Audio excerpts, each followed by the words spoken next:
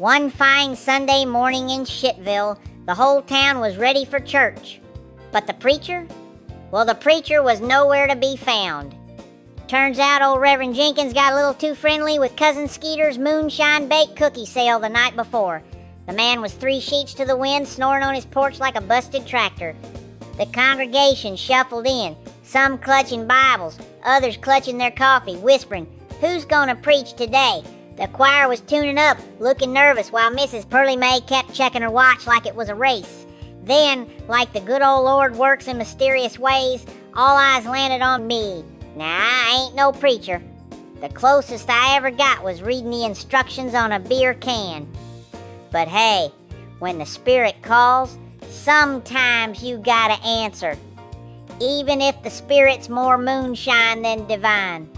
I took a deep breath, wiped the sweat off my brow, and made my way to the pulpit. The wood creaked like it was warning me, but I ignored it and grabbed the microphone. The first words out of my mouth were shaky. "Good morning, sinners and saints alike. Today, I'm here to preach the gospel of shit." The crowd chuckled nervously, but I kept going, 'cause once I started, there was no turning back. Now, life ain't never been easy. Hell, sometimes it's like trying to wrestle a hog in a mud pit.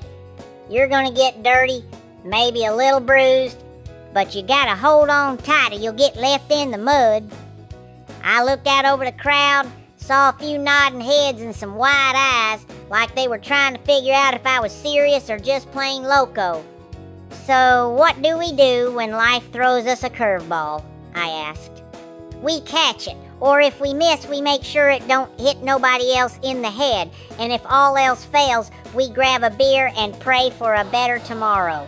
I paused and scanned the crowd.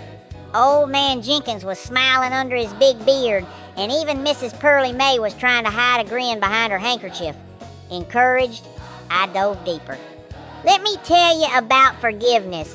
Now, forgiveness is like a slow-cooked brisket. It takes time, patience, and a whole lot of heat. You can't rush it or it'll come out tough and tasteless. Same with people. Sometimes they do you dirty, but you gotta let it simmer till it's tender. I shifted gears and pointed to the choir.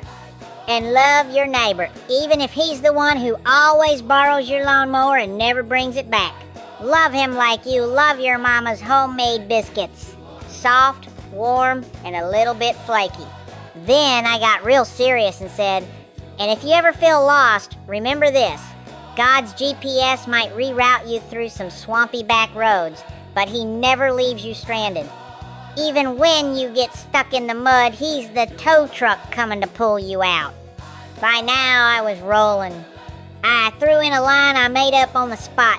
"Blessed are the brisket eaters, for they shall inherit the barbecue pit." I rambled a little about the importance of rest, because sometimes the best way to hear God is taking a nap in a hammock with a cold drink. The good book never said you gotta be perfect, just persistent.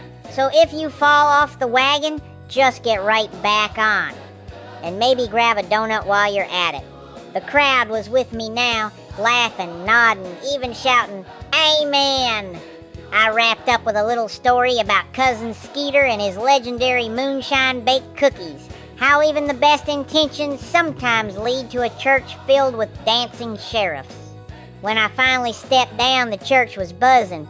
Folks came up to pat me on the back, some white tears from their eyes.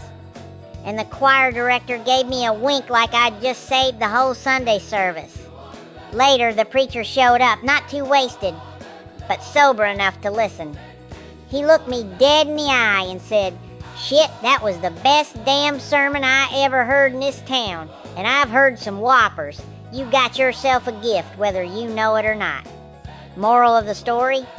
Sometimes the best messages come from the most unexpected mouths.